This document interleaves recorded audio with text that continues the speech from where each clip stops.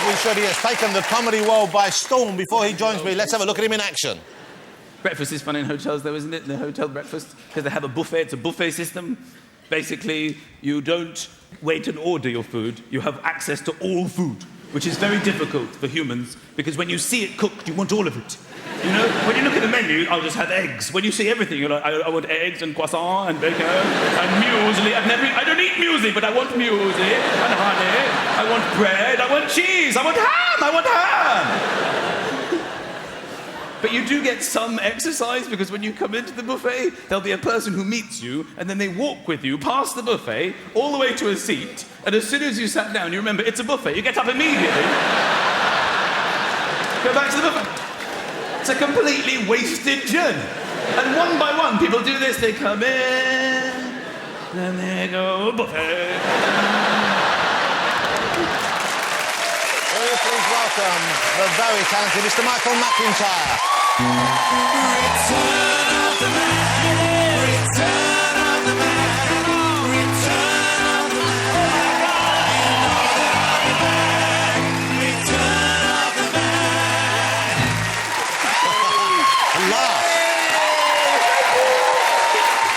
That's nice. That's nice. How lovely to have you here, Michael McIntyre. It's nice to come out here because, I don't know, that green room's a bit stressful. Is it a bit stressful, Willie? Morrissey keeps hounding me for an autograph. Is it? Oh, here we go. Now, it's Valentine's Day tomorrow. Yeah, that's right. I know you have a very lovely and gorgeous wife. Yeah, you were surprised by that. I was. I saw him. You were surprised? You know what? I know it's wrong of me, but he was in the makeup when we came in. There was a young, very attractive blonde woman talking to him, and I said as a joke, this must be Mrs. McIntyre, thinking she's way out of his league. But it was. I didn't know where to go next. I went, really? How did you get her?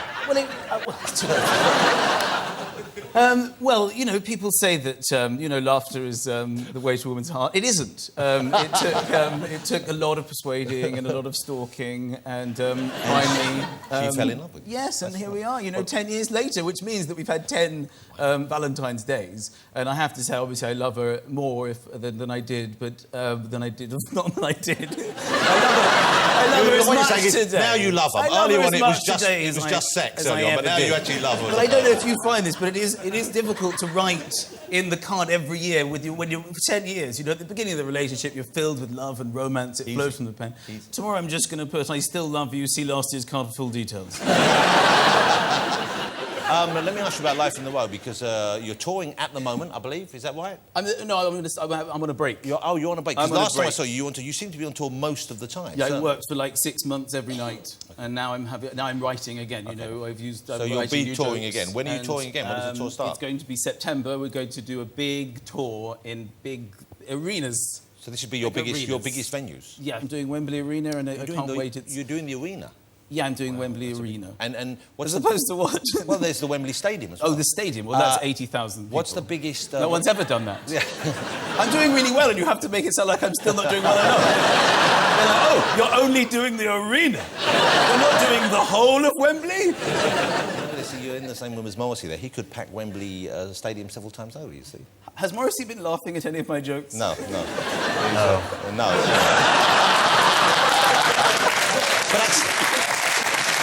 But that's a good sign. I know. That means he's enjoying it. I would hate to be the man that breaks Morrissey. OK.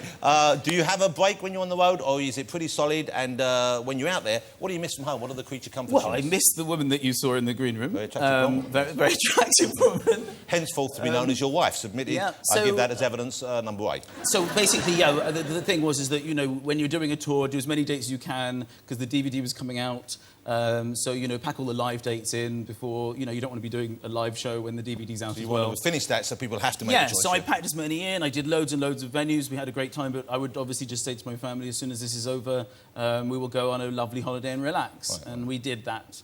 But you don't really relax. We have 2 children, so there's no relaxing. How old are your children? I have 2 boys. They're 3 and 1. Wow, well, that's a handful then, I imagine. Every day we wake up and we try to keep them alive until the end of the day. Yeah. That's it. At the end of the day, good parenting. I lie down with my wife, and so because we split up, we'll take a child each. If she's watching one, I'll watch the other, and sometimes that'll change. And then I'll be looking: is yours alive? So mine's alive. And then at the end of the day, they're alive. Let's go to sleep. And then you wake up in the night because they're still sleeping. You have to go in. Are you alive? And then you go. So that's it. Lots of keeping them alive. Have either of you ever lost one thinking the other one had it during the daytime? No, thank God that hasn't happened. Yeah. Thank God that hasn't. We lost a child once, actually, in the Natural History Museum. It's a horrible moment. You just look round, and instead of my child, there was a dinosaur, and it crawled off. But we found it. But we had a really nice. Well, it is stressful, but it's nice to be stressed in paradise rather than at home. That's the good thing about going on a holiday. And there were other excitement. Oh, I lost the car. That wasn't very good in the car park because parking in the airport. You have to remember the zone and the row. Yeah. So it was C3, and I thought, I'm not going to need to write this down because it's C3PO. I'm never going to forget this. Yeah. It's Star Wars. 10 days later, I'm like, my wife's like, do you know where the car is? R2. So, and then I think, no, it's D2. Is it D2? X-wing. Is there an X-wing? So we lost the car, but we did go. 10 days went away, which is it's the right amount, I think. I don't know you think any longer would be too long? You'd start getting. Because there are a lot of people say, we went away for 2 weeks. 10 days would have been enough. This seems to be. After 10 days, you just want to get back to your shit life. This tends to be the philosophy of holidaying. So I can't imagine you're the kind of guy, though, who does really... I know you've got young children, but you're not the kind of person... I mean, just look at you. You're not the kind of person who takes a lot... You clearly don't work out. I bet you don't... No, he won't mind me saying that, because he doesn't. I'll have you know... Do you? I'll have you know that I breastfeed, which helps. It helps wean them off because it's a boob, but nothing comes from it. So I'm like the middleman. I don't mean you look large or anything, but I'm just saying you don't look like someone who is particularly vain. And maybe that's a nicer way of putting it. Well, it's the marriage thing. I don't want to keep going back to this, but once you hear the words "I love you forever," my first thought was cake. I'm going to eat cake for breakfast. Are you sure you love me? I do love you. Good. I'll be at the fridge. And then you no longer get plates. You just open and start grazing. And then you say things like, "Do you think I'm getting fat, darling?" And she goes, "No, you're cuddly. Cuddly? You have no idea how cuddly I'm going to be in a few years." So I've been getting cuddly, but now I've had enough of this, and I'm going to get into good physical shape. What do you do for your diet regime, though? Is it just calorie counting, or what do you do? I get some exercise. No, I don't think you do, really, do you? What are you talking about? I get exercise on stage. I run around. In fact, I ran around so much in my last tour that I fell over and I dislocated my shoulder. No, really? An actual on-stage injury? Right at the end of the show, and everyone laughed more than I've ever got a laugh before. Everyone thought it was the funniest thing they've ever seen, and I was lying there, I couldn't move. I was shouting for help, ambulance, and they were going, "This guy suddenly, this is what we want, fast." It was terrible. Have you incorporated it into your act on a regular basis now? Well, I'm trying to get it back, because my arm is still not right. I'm in physiotherapy. Oh, really? I have a physio, and he's giving me these exercises to do, and he says I should do them whenever I remember, I should do them. And one of them is just this. So I have to do 5 of these and then 5 of those. So people keep sort of coming towards me, and they didn't really know. Going away. Yeah. I actually got a woman to park the other day. Well, okay, let me ask you about, you mentioned the kids, and my family's a big part of my life, of course, inevitably, and we've managed to keep all of mine with us together. They're all safe and sound and lovely. They loved the snow the last few weeks, went out. I didn't enjoy it as much as when they were little. Your boys, I guess that must be premium age for enjoying that sort of weather. Listen, I don't think it's my family, it's every family, everyone here, everyone at home. The you can Monday get the day morning, off work. It's great. The most exciting, opening the curtains, Narnia. It's the most exciting thing. And not only that, but little perks like walking in the middle of the road. I love that. Yes. It's like, suddenly it's like no cars are going to attempt this terrain. I'm going for it. And what I love also is the way that normally you have news and weather and travel, but not on snow day. On snow day, news is weather, is travel. It's the same. They go, the news is it's snowing. Now the travel, well, it's snowing. And the weather, well, it's snowing. Now for the news in your area. It's snowing here too. And if you don't believe me, here are members of the public sending in pictures of snow on my car. Here's snow in the garden. It's like... Snow! It's like none of us have ever seen it before. Yeah. It's so exciting. And people don't want to go to work, OK? They say on the news, don't leave the house unless it's absolutely necessary. And 99% of people go, well, obviously work isn't absolutely necessary.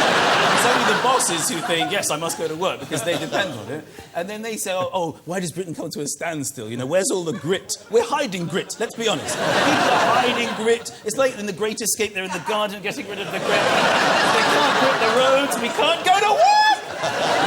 And then we've had to call up, they had to ask Spain, I think, they've had to say to Spain, could you lend us some stuff for the roads? Yeah. I mean, it's Gordon Brown phoning up, going, pass the salt. That's basically what's happening. Well, I'm glad that we had some days off, though, because I love it home there. And Yeah, presumably your boys, it must have been for the youngest one, was this the first time he'd seen snow? Yeah, we built a snowman, and but it is depressing when it melts, though. When it melts, and then only the snowmen are left. So then you've got just grass and snowmen bodies. Yeah. They look worse, don't And they? it's really sad. Just But it's a good thing for the kids to learn that early on, that everything must pass, that everything changes, that everything goes, that nothing's forever. I prefer snowmen building than snowball throwing. Why are we? It's very aggressive making weaponry out of weather. I don't understand. It's like, oh, puddle dunking. Let me ask you about your upbringing, your past, if I may, okay? Because it's a little bit more interesting than most. You were involved in a roundabout way. You knew as a boy, you knew Kenny Everett fairly well, didn't you? Yeah, my dad wrote the Kenny Everett Show. Wow. Yeah, with Barry Cryer. When I was a kid, I just adored that show. I just Yeah, thought it was the I think a funniest lot thing of on people TV. I loved him on the radio, and you know, it must have been brilliant. strange to have him around the house to know him when you saw him on TV as well, or was it just They only commonplace? had well, there's just 3 channels then, so you know, 20 million people were watching this show. It was the biggest thing, yeah. And it was like Top of the Pops, EastEnders, and then Daddy's Show. That was it for me. It was not nice. for you. And then and it was I didn't really know it. I mean, people always say, "What was it like?" As if literally I was like born into a sketch. Kenny was sitting there dressed as a nun with a beard, going, "Who is it?" That's not what There's a happened. picture of you. That's you there. Look at little Michael. Before he let himself go, and over there, that's Kenny. That's your mum, I The believe. only time Kenny's looked at tits in his entire life. But he must have is been it quite a great? close friend of the family. Yeah, I think what also needs to be noted for that photo is that I'm always in a suit, even as a child. But the kids at school, they must have been excited knowing you knew Kenny Everett. Did you get any of the reflected He glory? would pick me up with my mum. He'd pick me up from school. It was the most exciting thing because everyone in the school, all the big boys, would just go mental for Kenny Everett. Then all the next day they would always go, "It's Kenny Everett your dad, it's Kenny Everett your dad, it's Kenny Everett your dad." And normally these big boys never spoke to me. So I had an option, you know, do I say, no, he's not my dad, and then no longer get talked to by cool big boys. So I said he was my dad for a long time. And then he came out as a homosexual, which was odd. At school. He was like, "Oh man, your dad's gay, your dad's gay." No, my dad isn't gay. It's not really my dad. But I recently got back in touch with Barry Cryer, who wrote it with my dad, and it's really nice now that I'm in comedy. And what a lovely man as well. He really is. He's A one of lovely the man, greats. completely obsessed with comedy, like on a level I've never experienced. So much so that I phoned him up, and he picked the phone up in a joke before even saying who is it. He picked up the phone. He went, 3 Cubans on a boat. Then he just goes into the joke, and then he finishes the joke and goes, "Who is it?" It's like, you can't say who is it after the joke. Now, let me talk a bit more about your career, because the first time I was aware of you, the first time I saw you live, and I'd been hearing about people saying, "You've got to see this comedian, he's brilliant, he's going to be huge," was at the Royal Variety Show back in, I think, about 2006, was it? Yeah, 2006, yeah. And I saw you perform, and I thought, wow, this guy is really good. Now, that must have been an exciting experience. Was is it nerve-wracking the first time you walk out in front of it and knowing that it's, A, going to be a huge TV event, but also you got members of the royal family sitting there?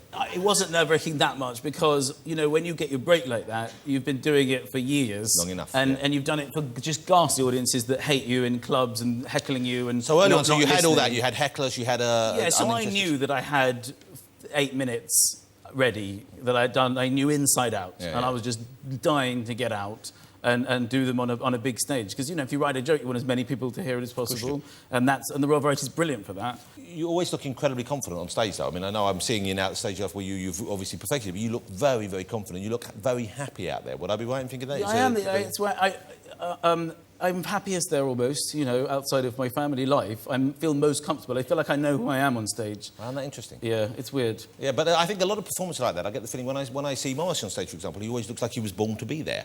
You know, and it's like, you know, and I get the feeling, would I be right, Morrissey? You seem so confident on stage. No. Yes, I was born to do that. Yeah, it's big helpful. But, you know, some people just seem like they're right to see them there. Yeah. And then if I was to meet you socially, for example, if we were to bump into each other, not in this car, I probably wouldn't want to talk to you. Because No, I know would, that. you I've know, always and said you that. wouldn't want to talk to... No, but you wouldn't want to talk to me Yeah. either. Because, Yeah. well, it's like, what are we... No, a lot of people have said that to me, like you said it to me when I first came on the show. You looked and you just said, you don't look like a comedian. Yeah. I have come out throughout my career and people have gone, this guy is going to be shit. He is going to be shit. Who is this guy? Is he Chinese? What is it with this guy? And then, you know, hopefully I start to be funny. It is like that. But I've overcome that. I feel funny inside. I like being on stage because... And I get more excited by bigger audiences, why this arena thing has really excited me. Yeah. Because some people get freaked out by it, but the way I see it is just more people. And you're very physical on stage. As you said, you run around a lot. You feel the space. So I guess that your act is tailored to work on a bigger scale, I guess. Yeah, a lot of the clubs that you do, you're really restricted. You know, you stand there. Also, you're on a leash. I mean, the microphone is like a leash. So you just sort of stand there and deliver. And I've actually been trying out some jokes recently, and I am on a small stage. And when I'm not running around, the material isn't that funny. You really got to sell it. Hey, now what are you doing TV-wise? What work? When can we see you on television? I got that from Kenny, by the way. You probably noticed that.